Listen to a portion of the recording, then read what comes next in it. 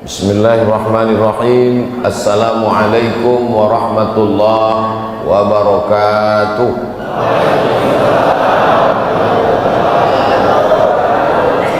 Alhamdulillah, wassalatu wassalamu ala rasulillah Sayyidina wa maulana Muhammad ibni Abdillah wa ala alihi wa sahbihi wa man tabi'ahu wa mawalah.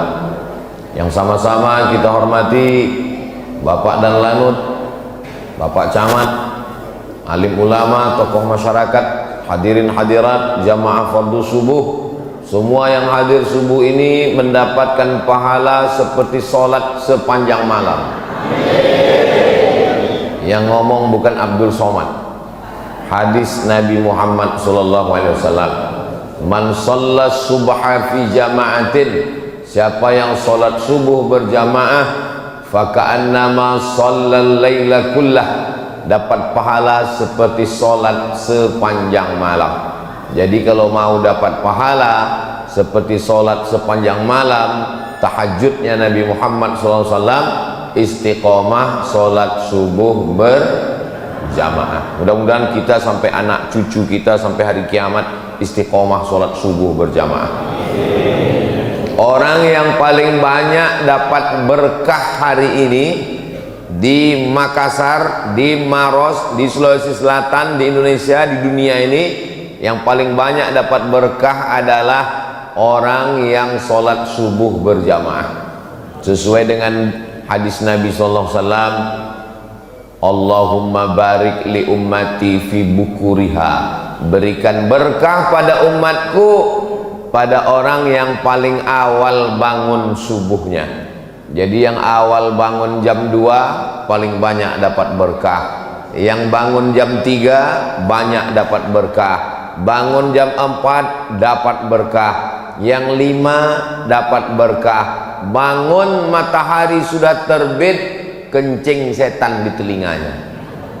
Man nama, siapa yang tidur walam yusalli, sampai tidak sholat subuh, balas syaitanu fi udhunih, kencing setan di telinganya.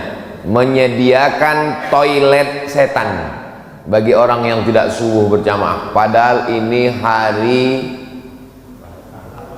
libur, hari Ahad libur, tapi Masjid Jami' Nurul Iman tetap ramai sholat subuh berjamaah. Padahal hari libur nih banyak orang yang balas dendam karena 6 hari bangun-bangun, hari ini tidak usah kita sholat subuh. Kenapa? Tanggal merah libur. Ini membuktikan kebaikan yang luar biasa. Subuh usahakan habis sholat subuh itu jangan keluar masjid. Kalau kebetulan ada ustadz ngaji, buat pengajian. Kalau ustadz tidak ada, baca kitab Riyadhus Shalihin. Ustadz Abdul Somad setiap Rabu subuh baca Riyadhus Shalihin di Pekanbaru, di Riau. Kami ustadz di Masjid Jami' Nurul Iman nggak ada kitabnya. Ada kitab Riyadhus Shalihin. Mana itu? Ustadz kok tahu? Saya lihat tadi. Ada kitab Riyadhus Shalihin. Bacakan hadis 1, hadis 2, hadis 3. Yang tidak tahu tanya sama ustadz. Fas'alu ahla dzikri in kuntum la ta'lamun.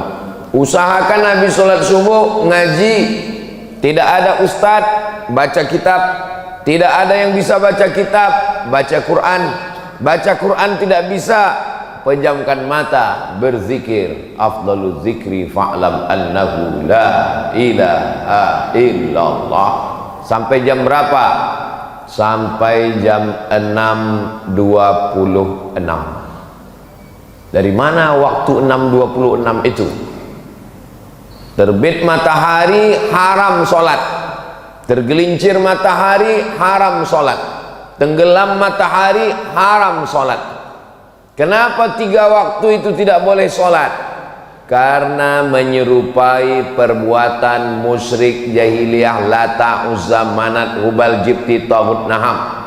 Makanya tenggelam matahari tidak boleh sholat menjelang tenggelam matahari sampai nampak merah di ufuk barat, barulah boleh, namanya sholat maghrib. Tergelincir matahari tidak boleh sampai masuk waktu zuhur, lebih kurang 10 menit sebelum waktu zuhur, sampai akhirnya azan zuhur baru boleh sholat. Nah, ketika terbit matahari ini jam berapa baru boleh sholat? Jam 6.26. Ustaz tahu dari mana di kota Makassar, di Maros jam 6.26 boleh sholat? Sudah tertulis di jam dinding. Usahakan masjid-masjid supaya jamaahnya jangan sampai salah. Ada syuruk 6:02, duha 6:26. Apa maksud syuruk 6:02? Berarti jam 6:02 terbit matahari, namanya syuruk. Saat matahari terbit kita tidak boleh sholat, karena itu waktu dipakai menyembah berhala. Lewatkan itu, maka dibuatnya duha 6:26, barulah boleh sholat. Sholat apa namanya? Kalau cukup 3 syarat, namanya sholat sunat isyraq. Waktu terbit matahari namanya syuruk, nama sholatnya isyraq. Syaratnya 3. Pertama, sholat subuh berjamaah. Nomor 2, jangan keluar masjid setelah sholat subuh, berzikir, baca Quran, pengajian. Yang ketiga, sampai terbit matahari. Jadi kalau sholatnya di rumah, atau tidak ke masjid, atau habis sholat pulang, tetap boleh sholat sunat jam 6.26. Kalau cukup 3 syarat, namanya sholat sunat isyraq. Kalau tidak cukup 3 syarat, namanya sholat duha.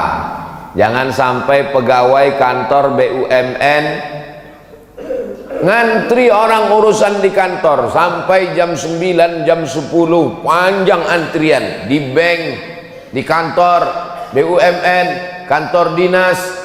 Tanya, kenapa ramai betul orang ngantri?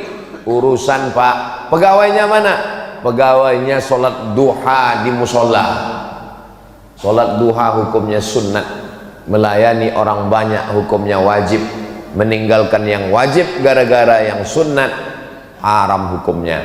Makan duit negara, APBD, APBN, digaji per menit, per detik di kantor, makan duit haram. Maka sholat sunat duhanya kapan? 6.26 sudah boleh sholat duha. Sebelum berangkat kerja jam setengah 7, jam 7 sholat duha baru berangkat. Tapi katanya duha itu jam 8, jam 9 itu waktu afdal.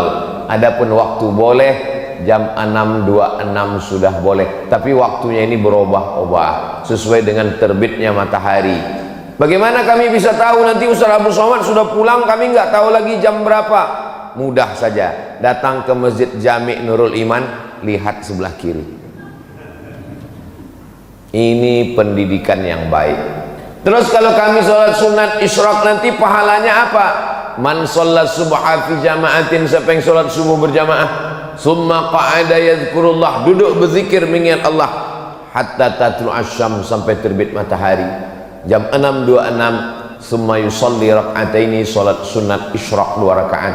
Niatnya usalli sunnatal isyraq, pakai qaf, usalli sunnatal isyraq rak'ataini lillahi ta'ala. Saya sholat sunat isyraq 2 rakaat lillahi ta'ala. Kanat lahu ka ajri hajjatin wa umrah, dapat pahala seperti ibadah haji dan umrah. Ini keringanan yang diberikan Allah.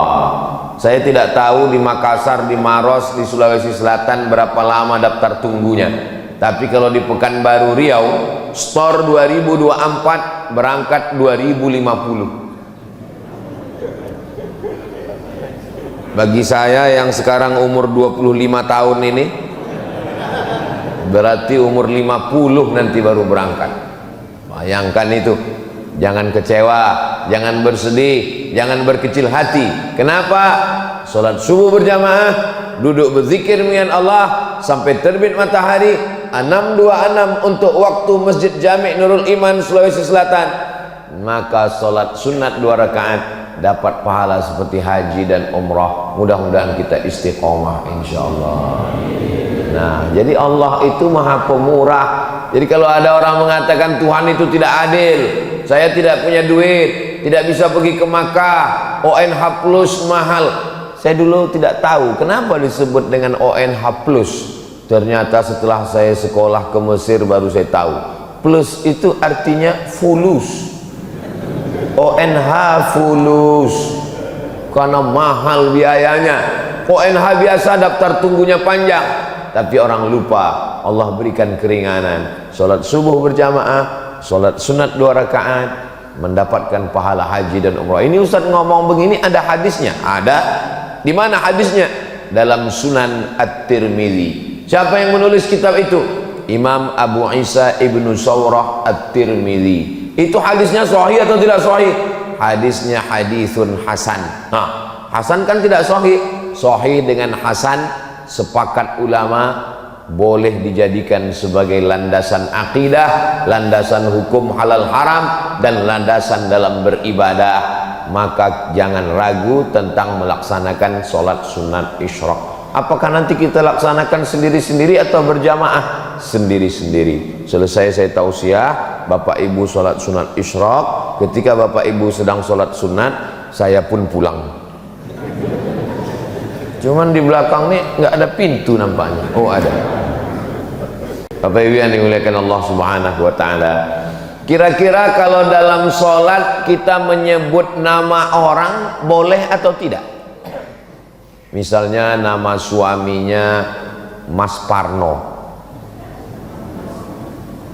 Disebutnya nama suaminya Allahumarham Mas Parno. Apakah sholatnya batal? Menyebut nama orang dalam sholat tidak batal, tapi menyebut satu kata yang bukan bahasa Arab batal. Allahu Akbar. Datang orang ngetuk pintu, tuk tuk tuk, sedang sholat, batal. Atau waktu sedang sujud, keluar dari mulutnya, luluskan PNS, batal. Karena keluar bahasa yang bukan. Tapi kalau nama orang tidak batal. Mana dalilnya menyebut nama orang tidak batal? Buka kitab biografi Imam Ahmad bin Hanbal, Imam Hambali, Imam mazhab yang keempat, Imam Hanafi, Imam Maliki, Imam Syafi'i, Imam Hambali. Imam Hambali mendoakan Imam Syafi'i dalam sholatnya arba'ina sanah, 40 tahun. Apa bunyi doanya? Allahumma firli wali walidayya wali Muhammad bin Idris Asy-Syafi'i. Ya Allah, ampunkan saya, ampunkan orang tua saya, dan ampunkan dosa guru saya Muhammad bin Idris Asy-Syafi'i. Itu dalil tidak batal menyebut nama orang dalam sholat. Ustaz, ya, kalau nyebut nama pacar Pak Ustaz, pacaran haram, melakukan hubungan yang haram dikemas dengan yang halal.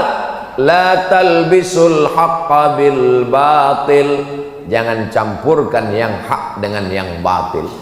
Mudah-mudahan anak-anak muda kita selamat dari pacaran, insyaallah. Selamat dari zina, selamat dari hubungan yang tidak dihalalkan Allah Subhanahu wa ta'ala.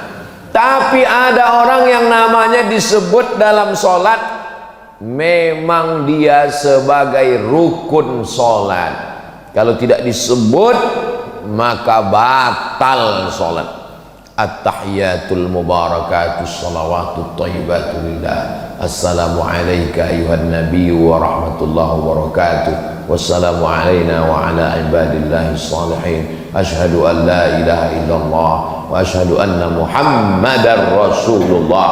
Tiba-tiba kantong bergoyang, handphone berbunyi. Assalamualaikum warahmatullahi. Iya, halo, sebentar ya. Batal sholat menurut mazhab Syafi'i. Kenapa batal sholat? Karena dia lupa mengucapkan Allahumma salli ala sayyidina Muhammad wa ala ali sayyidina Muhammad. Sependek-pendek sholawat.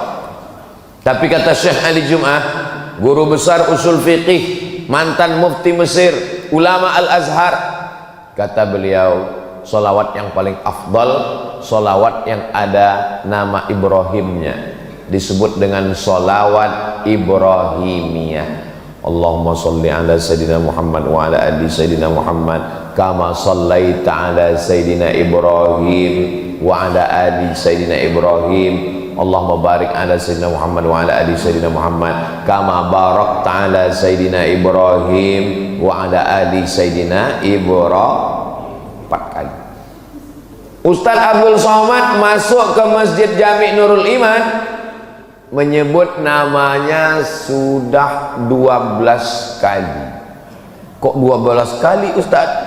Masuk tadi tahiyatul masjid, Ibrahim, Ibrahim, Ibrahim, Ibrahim. Habis itu qabliyah subuh, Ibrahim, Ibrahim, Ibrahim, Ibrahim. Habis itu sholat subuh, Ibrahim, Ibrahim, Ibrahim, Ibrahim. Habis itu nanti sholat sunat isyraq, Ibrahim, Ibrahim, Ibrahim. Itu di dalam sholat. Bagaimana dengan di luar sholat? Sayang saya dengan ayah saya, dengan ibu saya, belum ada saya sebut namanya.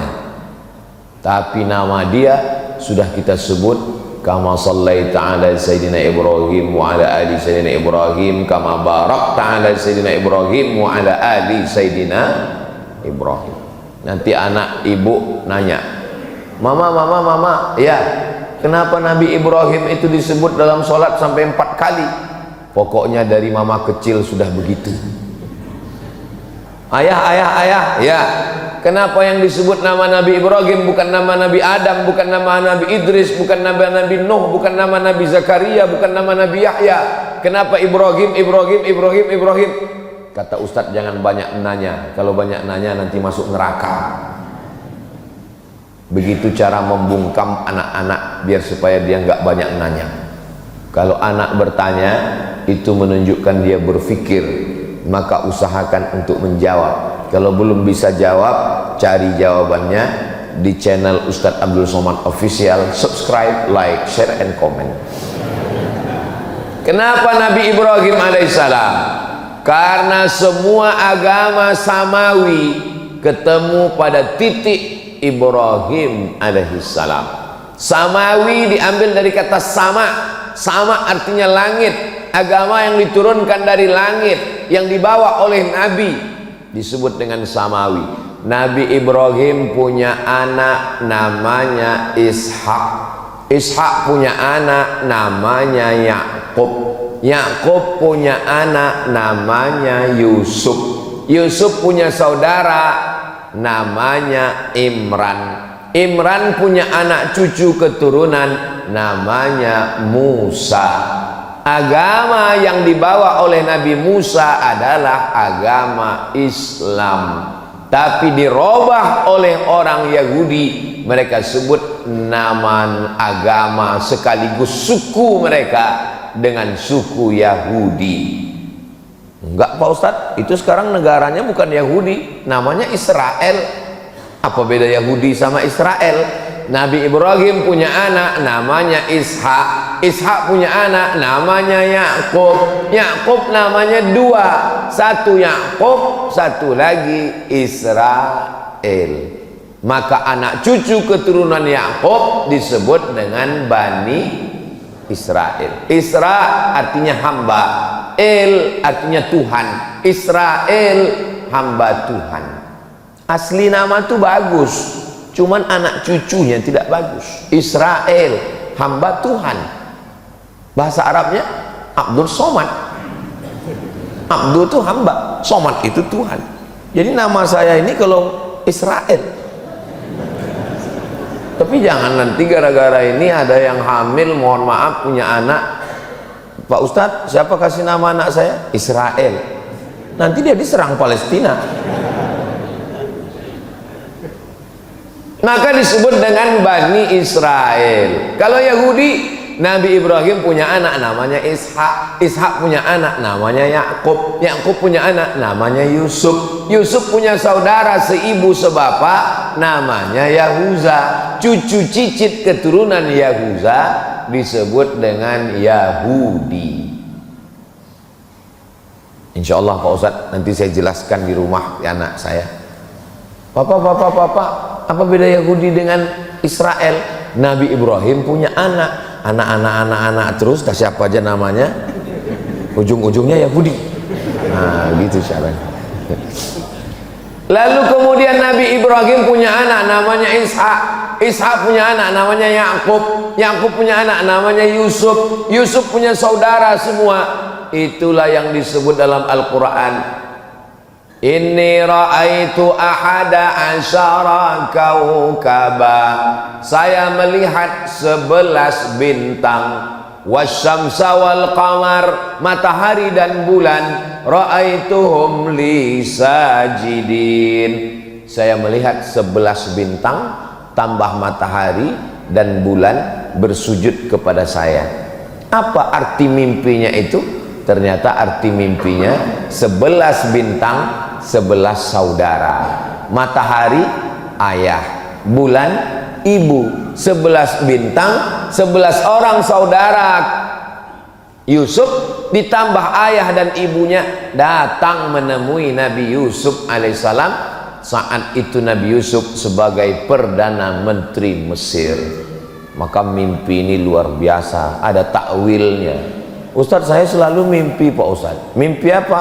Mimpi menang judi online. Pasti sebelum tidur main slot. Mudah-mudahan kita selamat dari judi. Sekarang main judi luar biasa. Dari mana modalnya main judi online? Ada pinjaman online, pinjol. Mudah-mudahan anak-anak kita, berapa banyak ibu-ibu, bapak-bapak tiap bulan dapat tagihan-tagihan. Ternyata bapaknya tidak main judi, ibunya tidak, tapi anaknya main handphone. Padahal sudah dikunci pakai cap jempol. Rupanya bapaknya tertidur, dipakai jempolnya. Hati-hati Pak, kalau bisa ibu bapak tidur pakai sarung tangan. Saudara yang dimuliakan Allah Subhanahu wa taala. Nah, keturunan dari saudara Nabi Yusuf tadi melahirkan dari Yahuza cucu cicit keturunan namanya Imran. Imran punya istri namanya Hannah. Imran laki-laki punya istri namanya Hannah. Menikah Imran dengan Hannah, lahir anak perempuan namanya Maryam. Maryam punya anak laki-laki namanya Isa. Jadi Isa dengan Musa ketemu pada titik Ibrahim alaihissalam. Lalu Nabi Muhammad SAW dari jalur mana? Nabi Muhammad juga keturunan Nabi Ibrahim, tapi bukan dari jalur Ishak, tapi Nabi Muhammad dari jalur Ismail.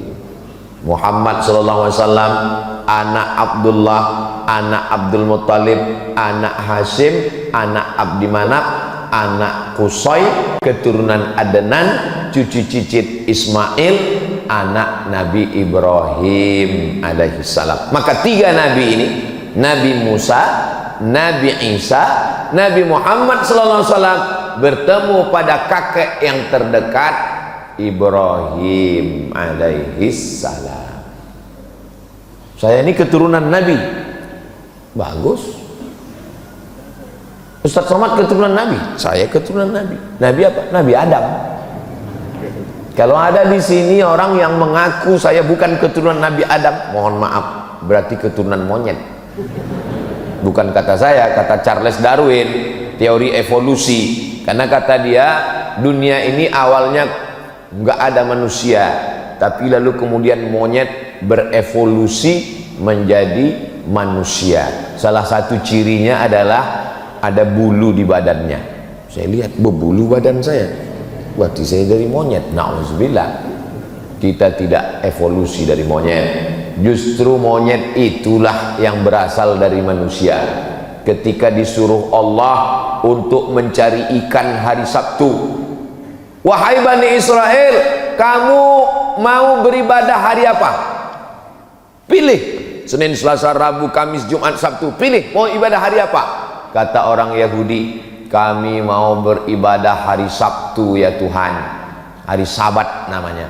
Lalu kemudian pada hari Sabtu banyak ikan datang. Wa yauma la yasbituna la ta'tihim. Pada hari Sabtu banyak ikan, di hari yang lain nggak ada ikan. Mereka pun sibuk mencari ikan pada hari Sabtu sampai lupa beribadah. Allah murka dan marah. Apa kata Allah? Kunu qiradatan khasiin. Berubahlah kamu menjadi monyet. Karena Allah Subhanahu wa taala murka.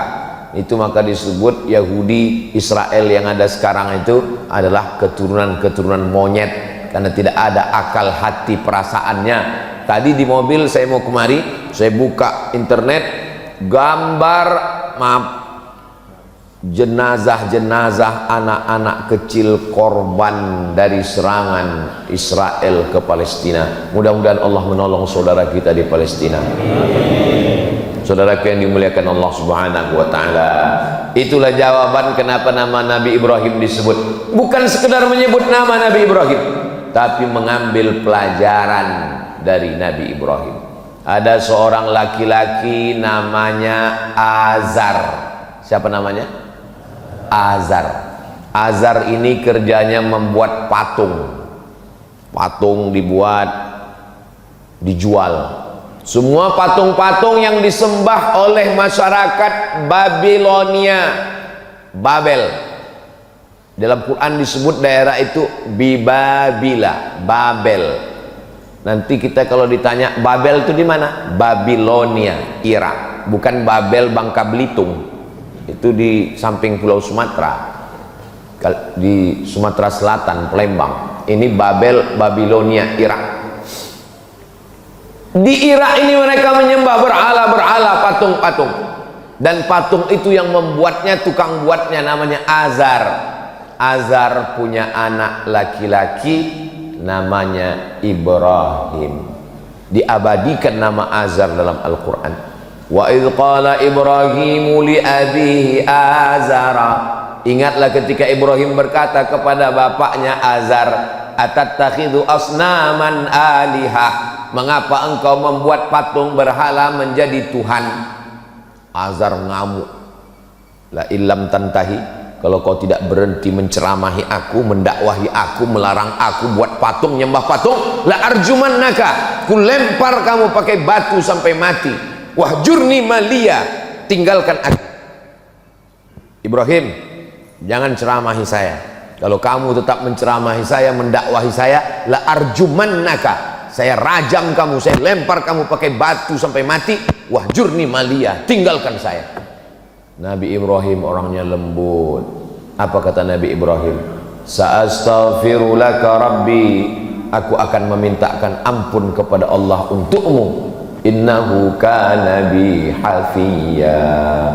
Allah mengampunkan segala dosa-dosa saya, dan Allah dekat dengan saya.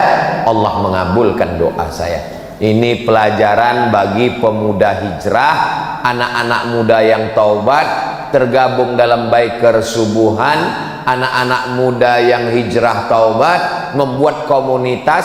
Rata-rata pertanyaan mereka mirip nasibnya macam Nabi Ibrahim. Assalamualaikum Ustadz. Waalaikumsalam. Boleh nanya Pak Ustadz? Boleh. Apa pertanyaannya? Gimana Pak Ustadz, ayah saya nggak sholat? Tenang adik-adik, nasib kalian macam Nabi Ibrahim. Belum ada apa-apanya itu.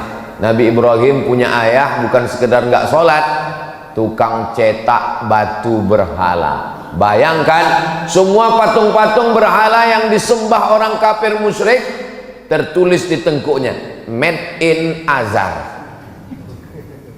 Dia punya percetakannya. Itulah ayah Ibrahim. Tapi dia tetap beradab, sopan santun. Dia tidak mengatakan Azar kafir, penghuni neraka jahanam. Makanya jangan kalian mentang-mentang udah ngaji, udah hijrah, udah tobat, udah sholat, pulang ke rumah panggil ayah sama ibu yang belum sholat, ya ayyuhalladzina kafaru. Mana adabmu? Mana sopan santunmu? Jangan ajari ayahmu bicara, jangan ajari ibumu berkata-kata. Kenapa? Karena kau pandai bicara, mereka yang mengajarmu. Anak tidak pernah tua di depan mata orang tua. Saya ustadz tamat Mesir, tamat Maroko, pulang ke rumah, tapi di depan ayah ibu saya tetaplah anak kecil yang baru pandai berbicara. Tidak pernah saya ceramahi orang tua saya. Ingat saya almarhumah emak saya pulang dari musola, dekat rumah saya ada musola kecil namanya musola Al-Makmur. Apa kata dia? Tadi ustadz kami ceramah di musola, Mat. Kata dia bagus puasa di bulan Rajab ini. Dia suka puasa bulan Rajab, sudah tua, umurnya 70-an. Saya bilang, mak jangan puasa bulan Rajab, nanti lemah di bulan Ramadan. Bulan Rajab itu puasanya puasa bulan haram, bagus, tapi jangan terus puasa bulan Rajab, tidak baik bagi kesehatan. Ustadz kami tadi yang ngomong, hebat ustadz kami itu, man. Jadi bagi dia lebih hebat ustadz dia yang di musola daripada saya.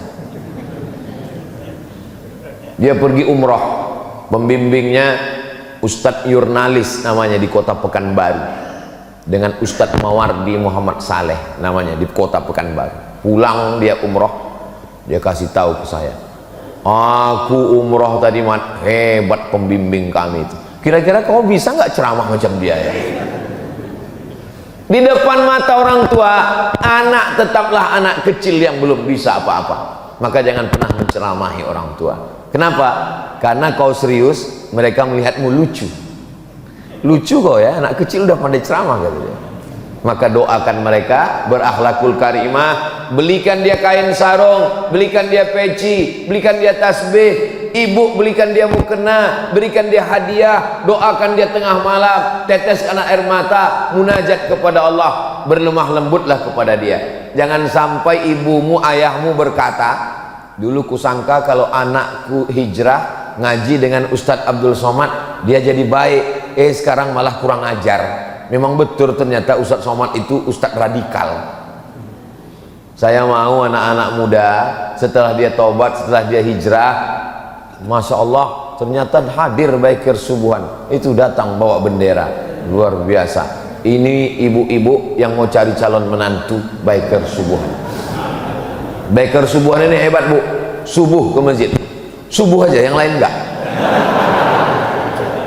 Maksudnya sholat yang paling berat kan sholat subuh, ngelawan kantuk, ngelawan tidur, malam libur, nongkrong anak-anak sampai payah bangun. Mereka subuh aja datang ke masjid, apalagi zuhur, asar, maghrib, isya. Mudah-mudahan anak-anak kita semuanya selamat dari narkoba, selamat dari zina, selamat dari riba, selamat dari LGBT, selamat dari pacaran, punya komunitas dengan kawan-kawan yang baik-baik dan istiqomah iman Islamnya insyaallah. Jangan pernah ibu bapak berhenti mendoakan Rabbi habli minas sholihin, Rabbi habli minas sholihin. Pelajaran yang pertama dari Nabi Ibrahim, menghadapi orang terdekat dulu. Nabi Muhammad SAW orang terdekat juga. Ayahnya memang meninggal, tapi saudara kandung ayahnya namanya Abdul Uzza, nama kakeknya Abdul Muttalib, nama ayahnya Abdullah, nama pamannya Abdul Uzza. Tapi nama pamannya Abu Lahab, Pak Ustadz, itu nama kerennya. Makanya kalau kenalan sama orang tanya dulu, nama siapa? Abdul Somad. Nama keren Uas. Jangan sampai nanti pulang ke rumah kelahi sama orang. Siapa yang ceramah di Masjid Jami' Nurul Iman tadi? Uas. Enggak, Abdul Somad. Sama itu juga orang. Abdul Uzza. Tapi orangnya ganteng. Kalau dia datang seperti api yang menyala. Maka yang sekarang sering ngomong, menyala abangku, menyala seperti api yang menyala.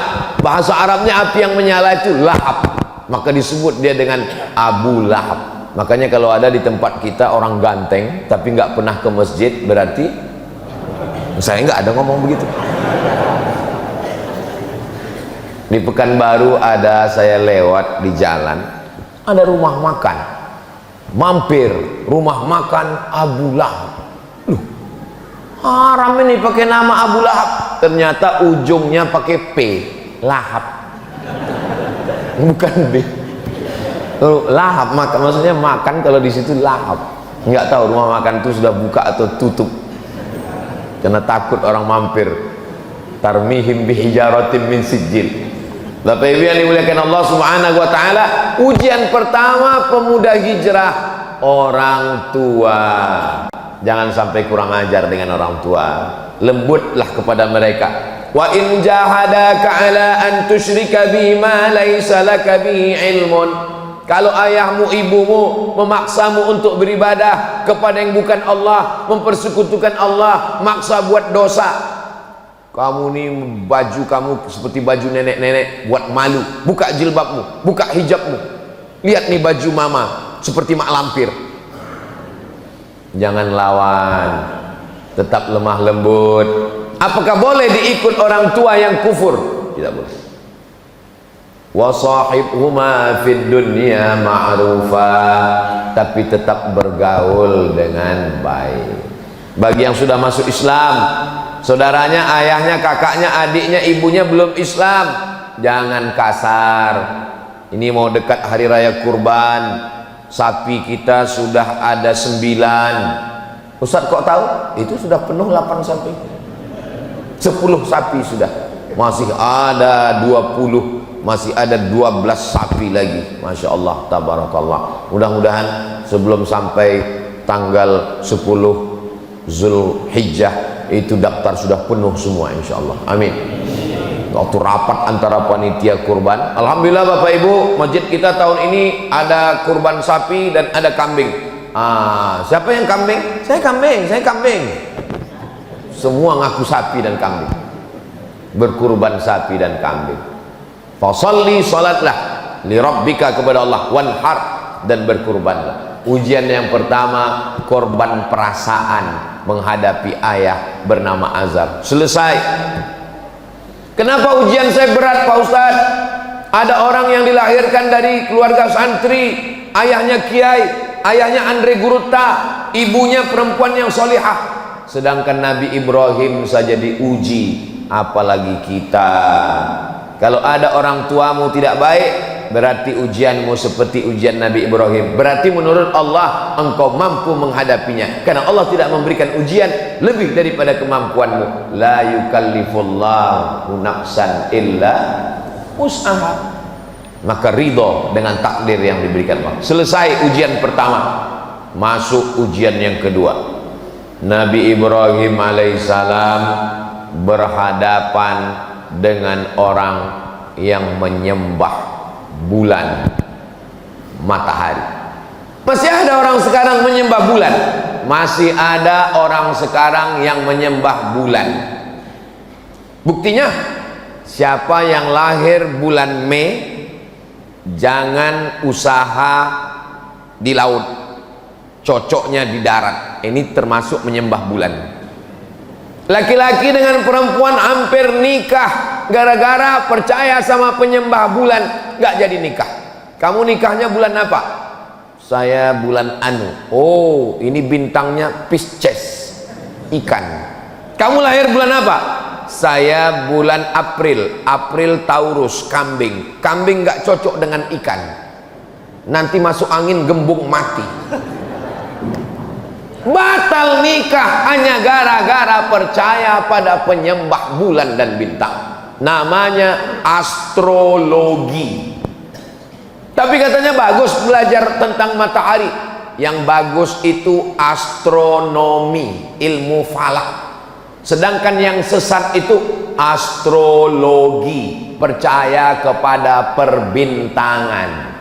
Dulu orang kalau baca majalah, ramalan bulan depan. Alhamdulillah, kita tidak percaya sama ramalan, kita hanya percaya kepada Allah. Bismillahirrahmanirrahim, la haula wala quwwata illa billah. Ternyata astrologi ini sudah ada sejak zaman Nabi Ibrahim alaihissalam. Nenek moyang kita menyebutnya dengan ilmu nujum. Nujum diambil dari kata najam. Allah bersumpah dalam Al-Quran, wan najmi idza hawa, demi najam.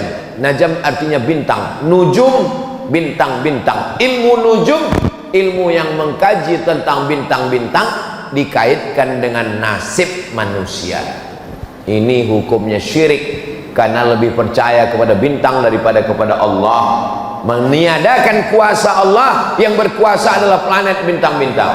Dalam Islam diajarkan la ilaha illallah. Tidak ada itu kuasa bintang-bintang bisa mempengaruhi nasib manusia. Nabi Ibrahim berhadapan dengan orang astrologi, penyembah bintang-bintang. Ada dalam Al-Quran, ada dalam Al-Quran.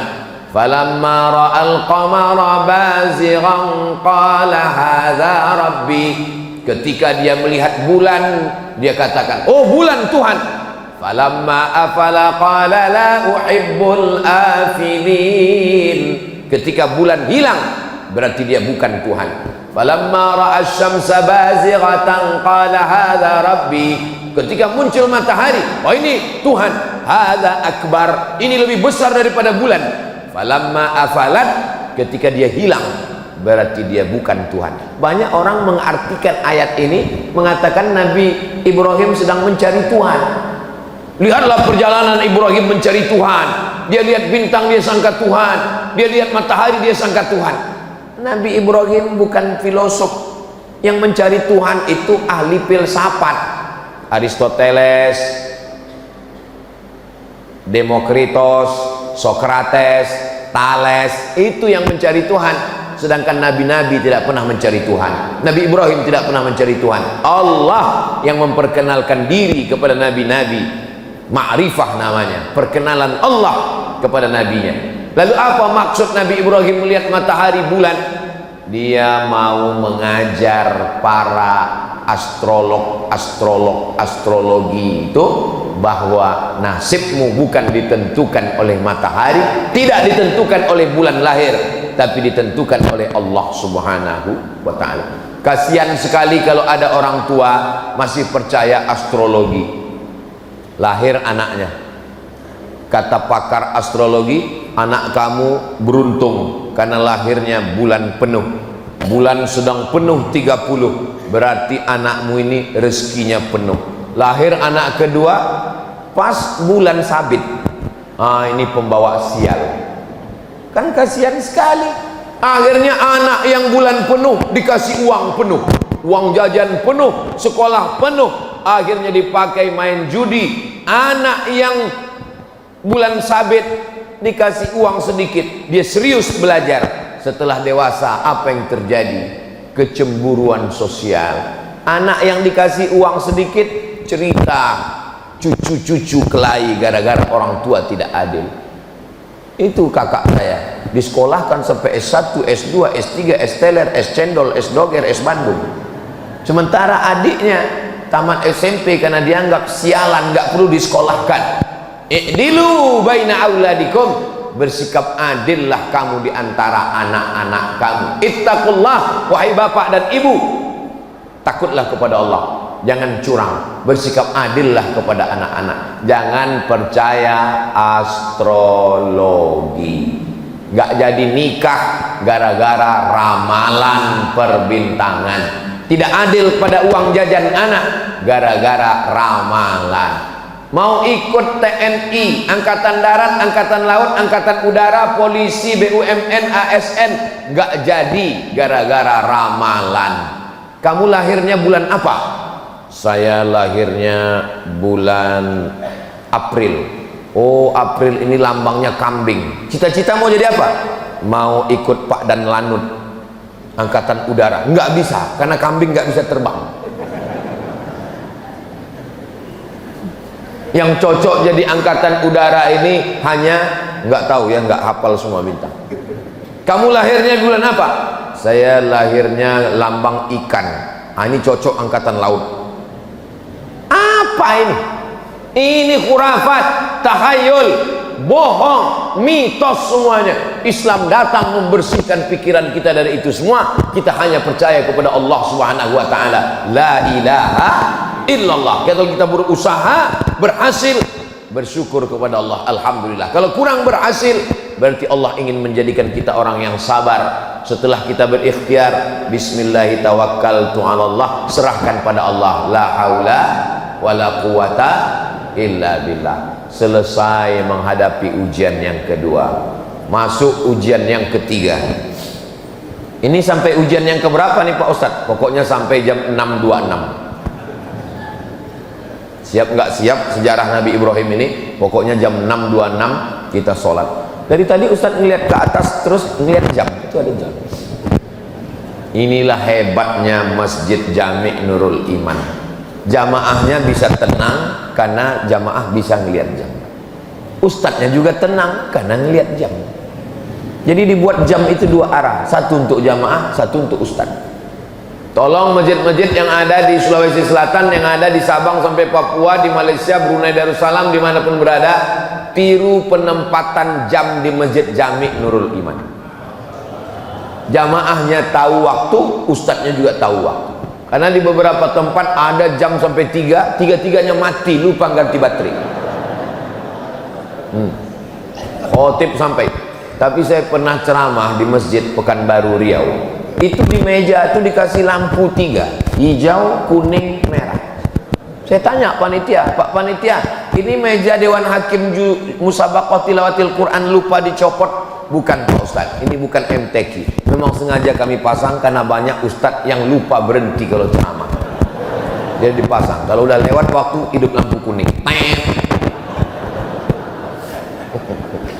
Itu maka Ustadz Abdul Somad kalau ceramah semua jamaah sudah tahu 60 menit berakhir. Karena tidak semua orang nyaman. Dia mau pergi ke kantor, dia ada urusan, mau masak nasi sarapan anak, mau lepas suami pergi kerja.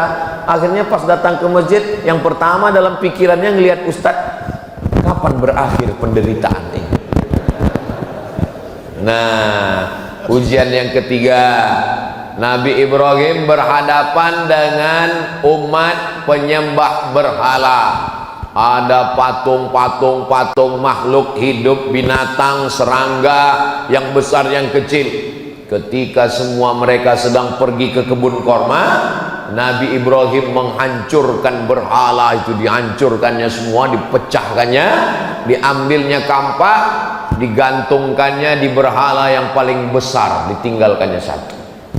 Pulang dari manen kurma, mereka lihat Tuhan-Tuhannya hancur. Tuhan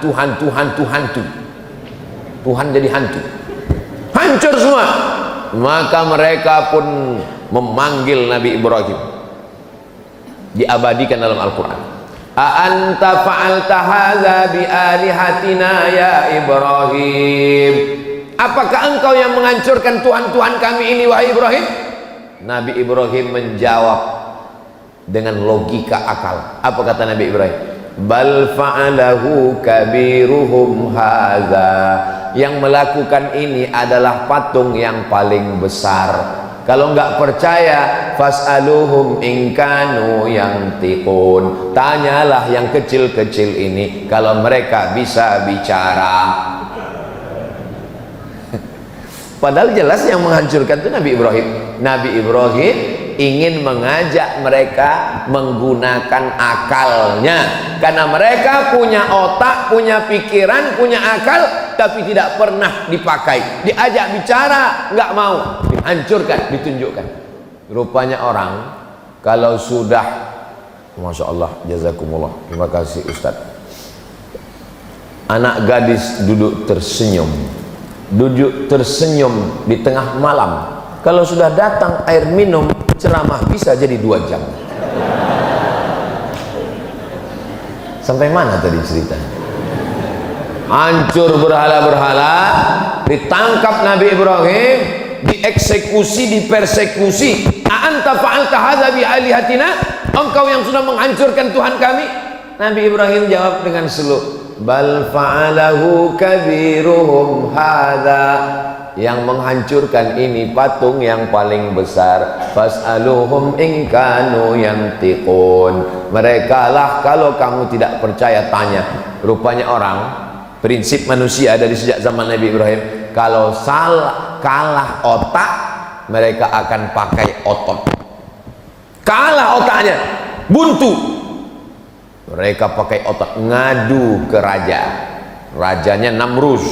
Raja Namrus mengumpulkan bala tentara, nyalakan api, bakar Ibrahim, karena dia sudah mengganggu stabilitas keamanan nasional.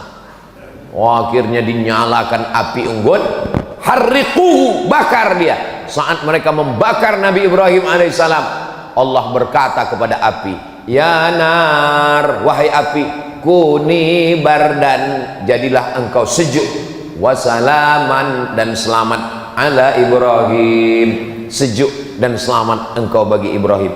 Nabi Ibrahim keluar dari api unggun dalam keadaan sejuk, dingin, dan selamat. Inilah doa yang selalu dibaca jamaah ketika menunaikan haji ke Baitullah. Ustaz Somad, ya, ini kabarnya di Makkah sedang cuaca musim panas 40 derajat Celcius. Tolong ajarkan saya doa biar supaya dingin di sana Pak Ustaz. Ya narukuni bardan wasalaman ala Ibrahim, ya narukuni bardan wasalaman ala Ibrahim, ya narukuni bardan wasalaman. Pulang haji, gimana? Alhamdulillah Pak Ustaz, selama di Makkah dingin, selama di Madinah dingin. Nggak lama temannya yang satu kloter cerita, memang dingin Pak Ustaz karena dia nggak pernah ke masjid. Dia di hotel terus. Jangan menghukumi orang pulang haji melihat bentuk fisik. Siapa yang pulang haji wajahnya gemuk dan putih, itulah hajinya mabrur. Kalau kurus dan hitam, itu hajinya mardut. Begitu pulang langsung pakai hukum fisik, nampak ada yang gemuk putih, ini mabrur. Rupanya makan tidur di hotel. Ada yang naik bis dari Aziziyah mengejar kurus, kena panas. Ini sebenarnya mau membela diri saya yang kurus dan hitam. Saudaraku yang dimuliakan Allah Subhanahu wa ta'ala, Nabi Ibrahim berhadapan dengan orang tua, sudah. Berhadapan dengan penyembah bintang-bintang, sudah. Berhadapan dengan penyembah berhala, sudah. Berhadapan dengan penguasa yang zalim membakar dengan api, sudah. Sudahkah selesai ujian Nabi Ibrahim? Belum, karena kita masih jam 6:12. Ujian Nabi masih ada lagi. Kenapa Ustadz kaitkan ujian dengan waktu? Selama waktu masih ada, maka ujian tidak akan pernah berhenti. Siapa yang mau berhenti ujian, maka habiskanlah waktu. Maksudnya mati. Selama masih ada hayat di kandung badan, selama napas masih berhembus, selama ruh masih bersemayam dalam jasad, selama kita masih hidup, ujian tidak pernah selesai. Ustadz, di pondok ini banyak sekali ujian. Nanti kayaknya kalau sudah keluar pondok nggak ada ujian. Ternyata ujian lebih sulit. Ujian apa? Skripsi. Nanti kalau selesai S1 ini kayaknya nggak ada ujian. Ternyata ujian lebih besar. Apa? Tesis S2. Nanti kalau selesai S2 nampaknya nggak ada ujian. Ternyata ujian lebih tebal. Disertasi doktor. Nanti kalau sudah doktor nggak ada ujian, ternyata ujiannya lebih panas telinga. Tetangga nanya, kapan nikah? Nampaknya nanti kalau sudah nikah nggak ada lagi ujian, ternyata ujiannya memancing kemarahan emosi. Tetangga nanya, istrinya sudah hamil apa belum?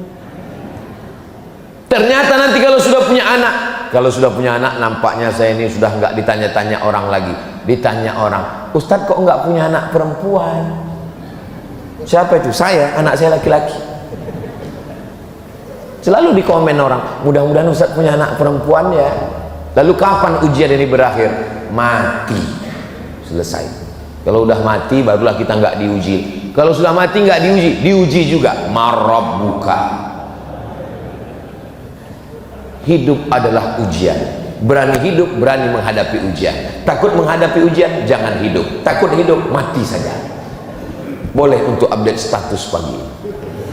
Bagi adik-adik yang punya usaha baju kaos, boleh tulis berani hidup, berani menghadapi ujian.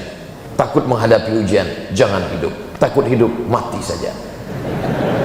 Jadi supaya orang kalau lihat baju kaos kita bagus juga. Tapi baju kaos yang model begini jangan dibawa sholat ke Masjid Jami' Nurul Iman. Nanti orang sholat di belakang lihat, betul juga.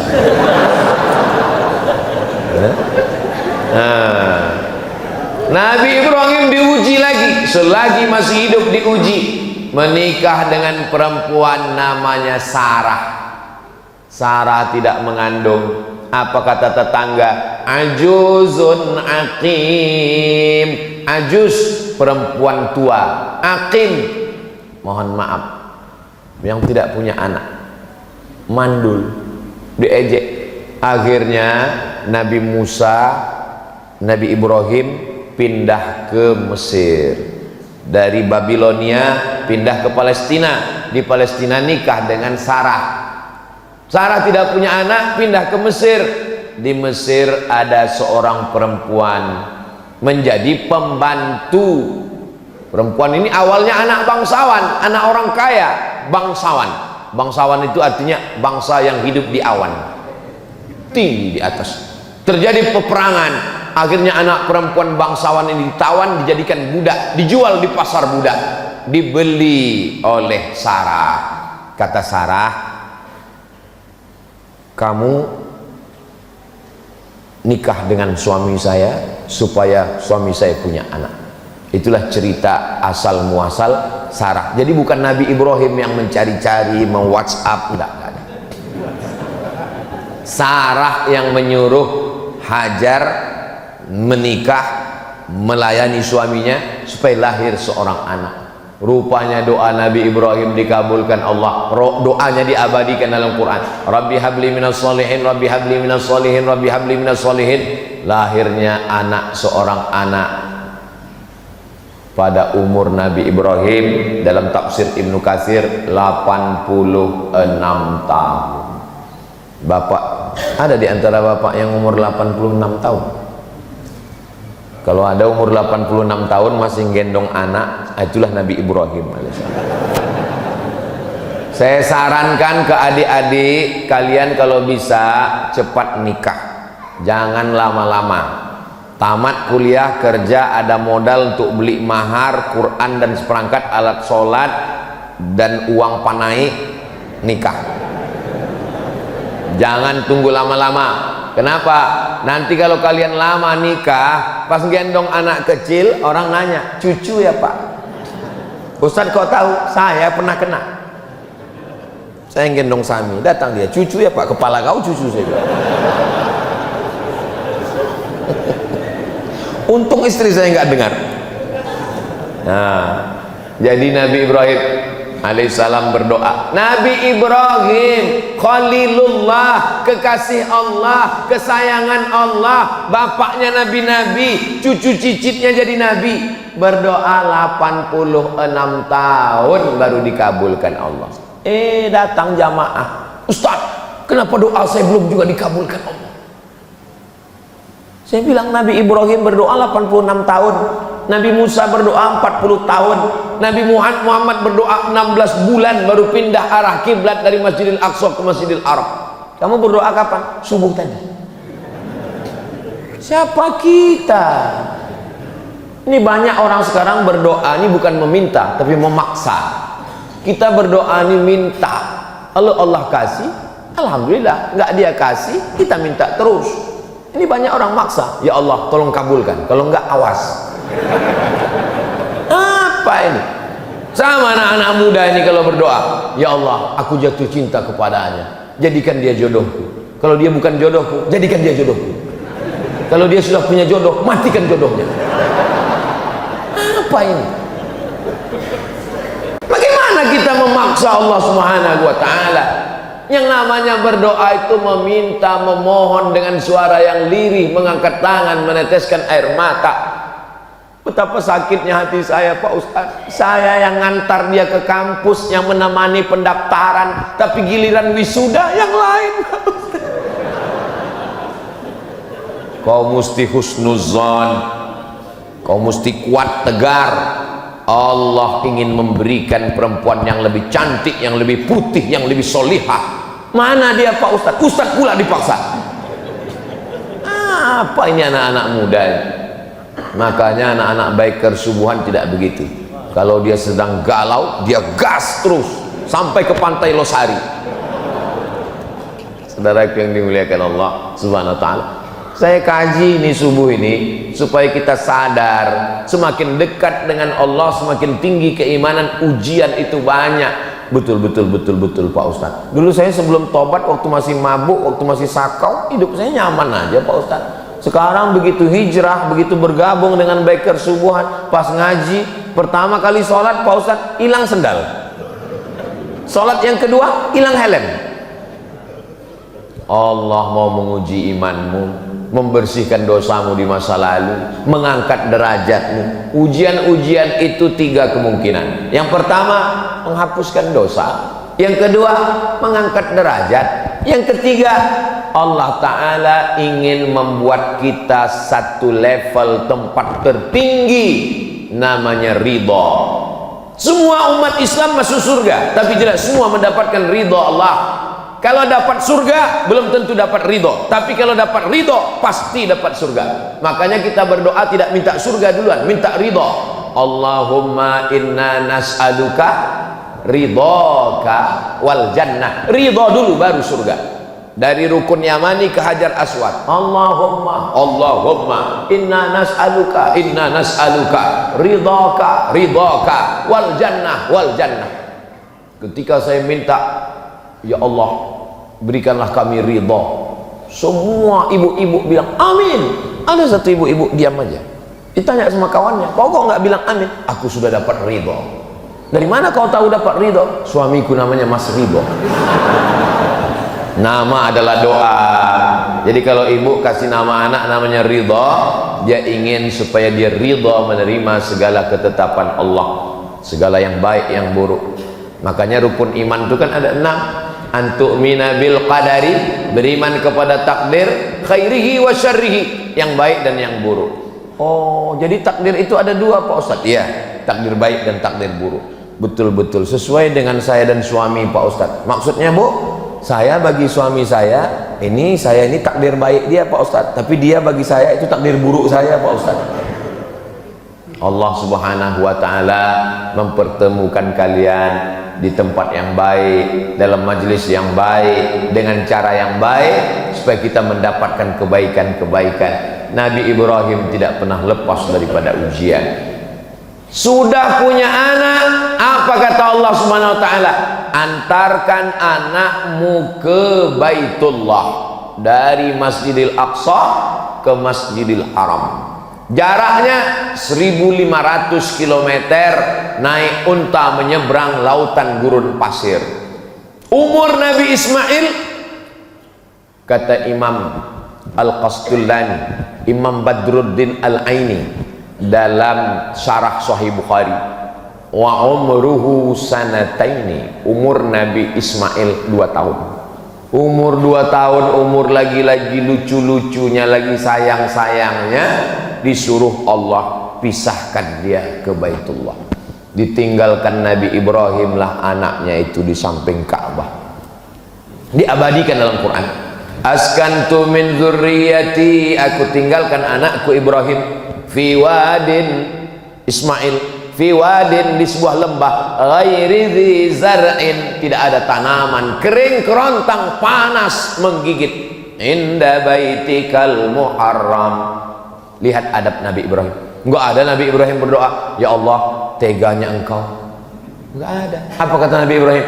Kutinggalkan anakku di lembah yang tak ada tanaman, di samping Baitullah yang mulia. Enggak ada dia katakan tolong jaga dia ya Allah. Enggak. Adabnya kepada Allah, dia hanya bercerita kepada Allah, dia ingin anak itu dijaga oleh Allah Subhanahu wa Ta'ala. Setelah anak itu diletakkannya di samping Ka'bah, Nabi Ibrahim naik ke atas untanya mau pulang ke Palestina. Hajar memegang ujung jubah Nabi Ibrahim. Apa kata Hajar? Allahu amaraka bihadza, apakah Allah yang menyuruh engkau melakukan ini wahai Ibrahim? Kenapa Hajar bertanya itu? Hajar ingin meyakinkan, ini yang nyuruh ini Allah atau istri pertama? Apa kata Hajar? Allahu amaraka bihadza, apakah Allah yang menyuruh engkau melakukan ini wahai Ibrahim? Apa kata Nabi Ibrahim dengan satu kata? Naam, iya. Hajar melepaskan ujung jubah Ibrahim. Apa kata Hajar? Idzan lan yudayyi'ana, kalau Allah yang menyuruh, dia tidak akan menyia-nyiakan kami di sini. Yang meninggalkan kami engkau pencari rezeki, yang bersama kami di sini pemberi rezeki. Lalu apa yang kami ragukan? Hajar perempuan yang tegar, perempuan yang luar biasa. Hajar ketika ditinggalkan bukan nangis, Ibrahim. Perempuan yang tangguhlah yang melahirkan anak tangguh luar biasa bernama Ismail alaihissalam. Makanya di balik laki-laki yang hebat ada dua perempuan yang hebat. Jangan tunggu dulu, cepat aja.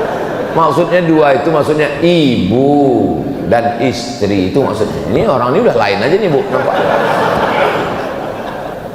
Di balik Nabi Ismail yang hebat ada dua perempuan yang hebat, ibunya dan istrinya melahirkan orang-orang yang hebat. Nabi Ibrahim hebat, dua perempuan yang hebat, ibunya solihah, nama ibunya Umailah, dan istrinya perempuan yang baik-baik. Itu maka kita selalu menyebut keluarganya Ali Ibrahim wa ala Ali Ibrahim. Ali artinya keluarga, tidak hanya Ibrahim tapi juga keluarganya yang baik-baik. Selesaikah ujian Nabi Ibrahim? Belum selesai.